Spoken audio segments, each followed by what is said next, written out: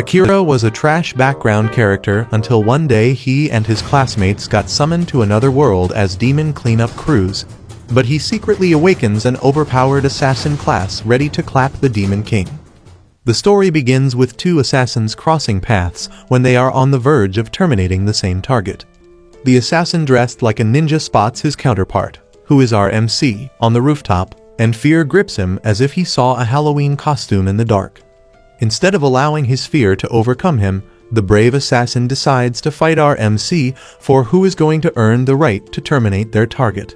While putting all his effort into the battle, our MC flexes on him like a pro gamer trolling a newbie in Call of Duty. This is business! After using all of the tricks in his book, every bone in his body was broken by our MC. He finally gives up and closes his eyes to wait for death to come to him. After taking care of the assassin, our MC moves over to his target and raises his sword to terminate him while he sleeps. Before he can, the scene transitions to his backstory. Our MC, Akira, was in class, reading isekai web novels on his phone, minding his business, like the regular background dude he is, when something insane happens. A magic circle suddenly opens in the middle of the class, scaring the students. While others are panicking, Akira remains seated, wondering what the magic circle is. Eventually, the magic circle does its job, and Akira and his classmates find them in an entirely different room, with strange faces staring at them like they are party clowns. While they are murmuring and wondering what just happened, an old priest tells them to shut their trap holes and listen to the king's address. The mic is passed to the king, who welcomes the students as heroes to the kingdom of Redis, which is basically the largest nation on the continent. The king mentions that they are under attack from demons and only heroes from another world have the power to defeat the Demon King and his minions. Akira hears this and silently celebrates because he has found himself in his favorite trope. After the king's address, the priest steps up to explain things further. He tells them that the next big thing is to identify the single hero among the bunch. There is a crystal ball in front of them, and the old man tells them to touch it one after the other. One by one, they start coming forward to touch the crystal ball to know which class they fall under. In addition, the old man lets them know that they can see their stats themselves just by saying status. The students follow the priest's instructions, and Akira realizes that he falls under the assassin class. While the dude beside him is yapping like a parrot, Akira is busy wondering why there is so much disparity in his stats and the ones he has seen so far. Finally, the student council president, Sato, walks up to touch the crystal ball, and he turns out to be the hero, with some pretty decent stats. While everyone is excited, Akira is super worried because his stats are ridiculously high and even higher than those of the hero. Akira also notices that something seems off with the rulers, and since he doesn't know the way of this new world just yet, he starts thinking of a way to escape the situation. When Akira realizes that it is almost his turn to touch the crystal ball, he tries out the skill, Conceal Presence, which is on his screen. Fortunately for him, the skill helps him become invisible to everyone, including the talking crow beside him. After they are done checking their stats, the students are led away. Akira follows the students from behind, and as he walks through the walkway, he notices that there is a camera installed on the ceiling. This further proves his point that something is not right, and they are not being told the full truth. Unknown to him, a rather special knight, Saren, can see him even in his concealed state. After searching through the castle, Akira finds an abandoned room and decides to become Batman by turning the room into his hideout. Since he is an assassin, he decides to dress like one before stepping outside to get information. Akira is blown away by absurd things he can do, like jump high and climb walls like a cat. Akira then returns to his invisible mode before entering the king's chambers to listen in on his conversation. The king is busy writing, totally unaware of the danger lurking behind him. Akira has the perfect chance to unalive the king, but he holds back from allowing his intrusive thoughts to win. The next day, Akira is frustrated with the idea that his classmates believe that the king and the top people are their allies. After they are done eating breakfast, the students report to the training ground where they meet Saren, who introduces himself as the Knight Commander. Also with him is a four-eyed dude, who happens to be his vice, Jills. Akira doesn't want to get involved in whatever boring trash they have going on, and he walks away. Saren notices this, and he follows him, leaving Jills in charge. Akira is standing by the fountain when Saren approaches him with a clear indication that he can see him. Akira is shocked, wondering if he had disabled his concealment status. However, Saren assures him that his skill is still active, but he is just a chill dude with special eyes, which is why he can see Akira. Akira reaches for his sword, but Saren quickly tells him that he has no intentions of exposing him. This leaves Akira puzzled since Saren should be on the king's side. Akira finally agrees to sit down with the dude, and he tells him about his plan to see the archives because he wants to know more about this new world he has found himself in. Saren asks him about the level of his concealment skill, and Akira reveals that it is maxed out, ultimately shocking Saren. Realizing that Akira has potential, he offers to train him but in return, Akira will give him knowledge about his homeworld. With this, the two ultimately become partners. Momentarily, he starts learning about the new world, and while learning, Saren is also taking Akira through rigorous and physical training. Later on, Saren calls his vice to fill him in on everything that he has learned from Akira. It turns out that Akira and the first ever hero in the land are both from Japan. Their meeting comes to an end when Akira knocks on the door to come see Saren. Akira shows up with a cookbook, telling Saren that he found it in the archives while he was searching for more knowledge on the new world. Apparently, the book contains plans for a coup, and Saren confesses that he was the one who wrote it and hid it in the cookbook. Saren already figured out that Akira would find it one day. Saren then tells Akira that he has plans to remove the king because he is no longer right in the head and would sacrifice anything to see that he achieves his goals. Akira is surprised by this, but at the same time, he can see from the book that Saren is looking for a peaceful way to remove the king. Akira then mentions that it would actually be easier if he helped terminate the king, since he has no ties to the world. Akira then reveals that he once snuck into the king's chambers and he had the chance to end him, but he couldn't. Saren assures him that he did the right thing, since the burden of taking a life is one that is heavy. Saren mentions that he might be an assassin by class, but this doesn't make it easy for him to terminate people. Saren urges Akira not to stain his sword with blood, since he has plans to return to his own world. Akira then asks Saren why he is looking out for him, and Saren mentions that he is the only student who actually used his brain and figured out that something was wrong when they summoned. Akira is blown away when he hears this, and he nervously admits that he has never been praised the way Saren just did, since he was always in the shadows. Later on, Akira and the other students prepare to enter a dungeon to slay monsters. As they march to the dungeon, Akira notices a girl staring at them in the distance. He walks over to challenge her, and the girl tells him about the sacrifices that were made just to summon the heroes. Akira wants the girl to say more, but the girl tells him to come talk to her when he uncovers the truth himself. Not long after, the heroes start cutting down monsters in the lower level of the dungeon. Sato and his classmates soon run into a group of orcs, and he uses a smoke bomb that was supposed to help them, but it ends up making the orcs more powerful. Oh, hell no! The situation becomes more tense, leaving Sato wounded. Akira steps into taking on the monsters, but even his sword breaks. Nonetheless, he doesn't give up, as he collects another sword to take on the monster. Akira notices that Sato is not himself, and he calls on a Dispel mage to check on him. In the end, it turns out that Sato has been cursed. While Sato is being attended to, Akira takes on the monster. Realizing that the monster is tough, he tells Saren to cover him while he tries to use his new skill, Shadow Magic. Just as he wanted, his shadow magic emerged from the shadow and created a sort of spiked pit that dragged the monster in before conveniently relieving it of its head. After taking out the monster, Akira is ultimately exhausted, and this almost makes his magic go berserk. But Saren appears behind him to comfort him and be a pivot for him to keep his cool. With Saren's help, he is able to deactivate his shadow magic. When they return to the surface, Akira thanks Saren for helping him put his magic back together when it was about to go berserk. Saren mentions that it is the first he will hear of the shadow magic, and by the looks of it, it looks pretty powerful, but he urges him not to use it unless he really needs to. Akira acknowledges this advice, and Saren tells him that he brought something for him, which turns out to be a katana. Apparently, it was forged and used by the first hero himself. Akira asks why he is getting the katana in place of the hero, and Saren mentions that the hero already has his holy sword, and in addition, the hero holding it will raise suspicions. Akira thanks Saren for the sword and mentions that he is going to take it.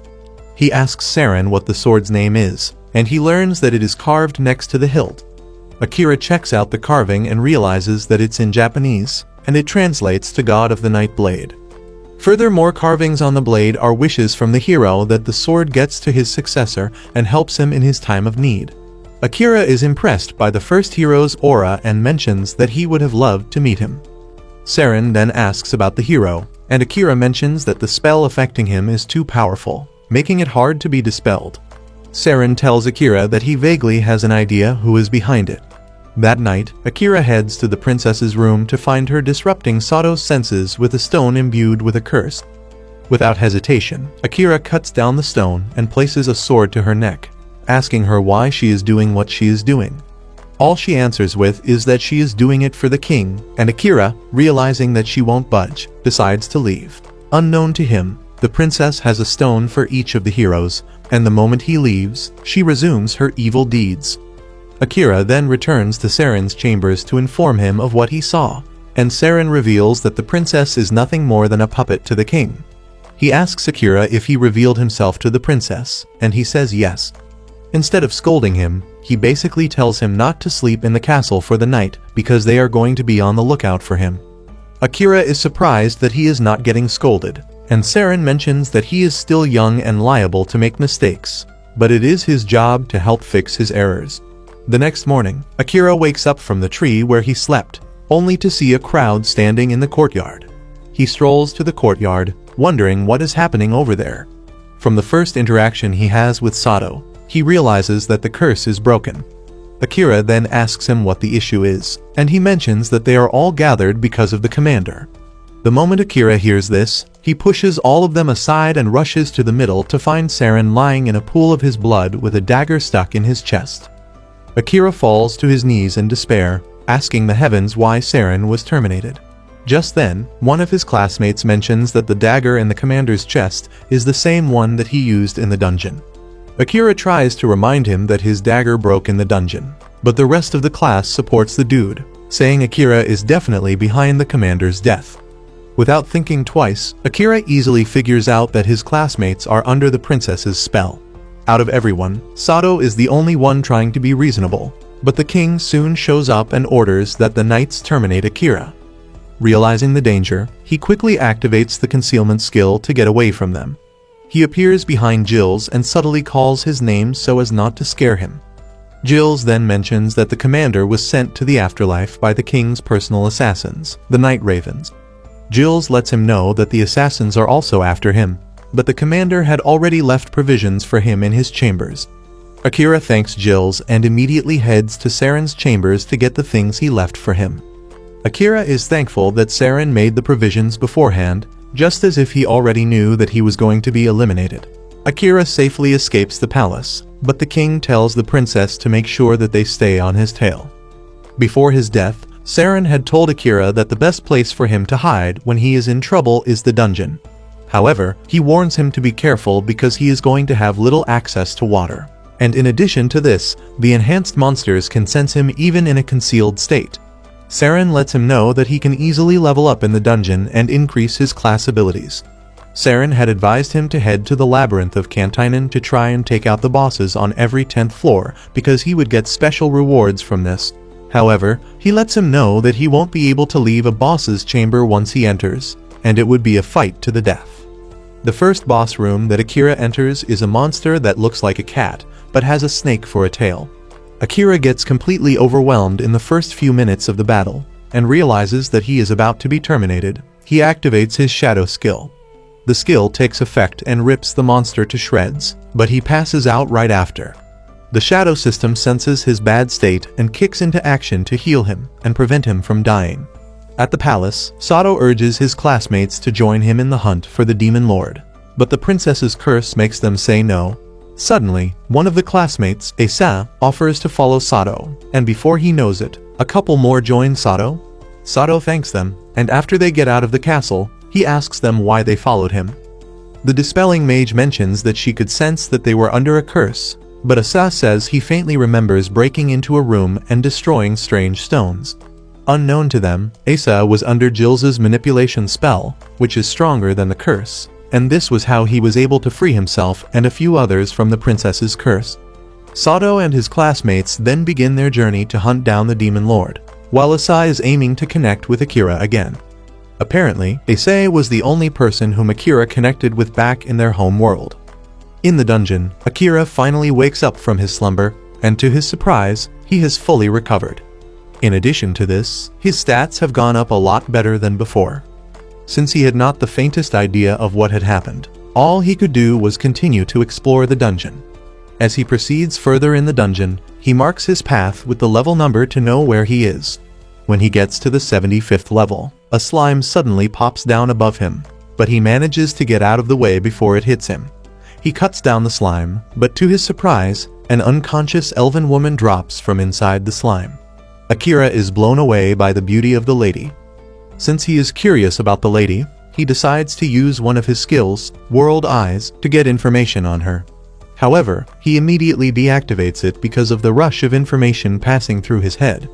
Suddenly, the elven girl regains consciousness, and with a little information that Akira obtained, he realized that the girl also has the World Eyes skill. The girl passes out again after asking Akira where they are. Later on, the elf wakes up to find a blanket on her, and there is also a fire to keep her warm. The girl is impressed by all the things that Akira has done, and Akira mentions that he is used to it because he was the one caring for his sick mother. After a short conversation about being royalty, the girl decides to go back to sleep, and Akira does the same. The next morning, the girl stays with Akira to explore the dungeon, and soon afterward, they arrive at the boss's chambers, which turn out to be a dragon. After a hard-fought battle, Akira is able to take down the dragon with his wits. The elf is impressed by Akira's strength, but suddenly, the dead dragon is suddenly engulfed in a blinding white light, leaving them utterly shocked. When the light finally dissipates, the dragon suddenly turns into a cat, providing further shock to the two. The elf girl, Amelia, tells Akira that the cat is still alive, but it is weakened, and moreover, it has a shape-shifting ability, which is why it presented itself as a dragon. Amelia reveals that she is able to deduce all of these thanks to her god eyes, but it seems Akira is still struggling to control his. Suddenly, the cat gains some strength, and it speaks, revealing its disappointment at having lost to weaklings like Akira. The cat even throws shades at Akira, and Akira whips out his blade, ready to teach it some manners. However, the cat mentions that it has information from the Demon Lord. The cat tells Akira that the Demon Lord is waiting to see him in the Demon Castle, and this surprises Akira, who asks why the Demon Lord wants to see him. The cat simply replies that it has no idea why the king wants to see him.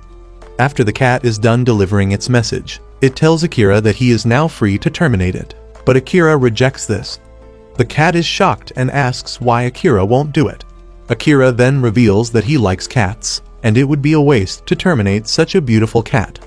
In addition to this, the cat can also, unlike the other monsters. However, the problem of getting out of the room remains, since one of them has to die first. Just then, Amelia reveals that there is a loophole, and this is the Master-Servant Pact. It turns out that the ritual requires exceptional magic control, and Amelia believes that Akira should be able to pull it off, even though it is quite dangerous. The cat tells Akira that the risk of failing the ritual is certain death, but Akira is ready to go through with it. Amelia then tells Akira the procedures for the ritual, and the first is to name the cat. Akira then names the cat Knight because of its color. After this, Akira takes its paw and starts pouring magic into it. Akira soon finds himself inside Knight's soul and memory. It appears to be a war zone, and Knight forces Akira to fight or die. Akira refuses to fight, and he continues running around the battlefield, trying to get Knight to drop its guard. However, Knight uses everything in its arsenal to hit Akira, trying to get him away. Akira leaps toward Knight, and Knight raises its paw in weight. It expects Akira to dodge its sharp claws, but Akira just falls into the claws, ultimately impaling himself.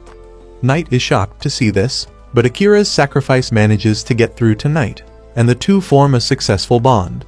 Akira returns to the normal world, looking all stressed out. A sigil appears on the back of his hand, and when he places his palm on the Knight, the golden sigil appears on its forehead, too. Amelia is happy to see this because it means the pact was successful.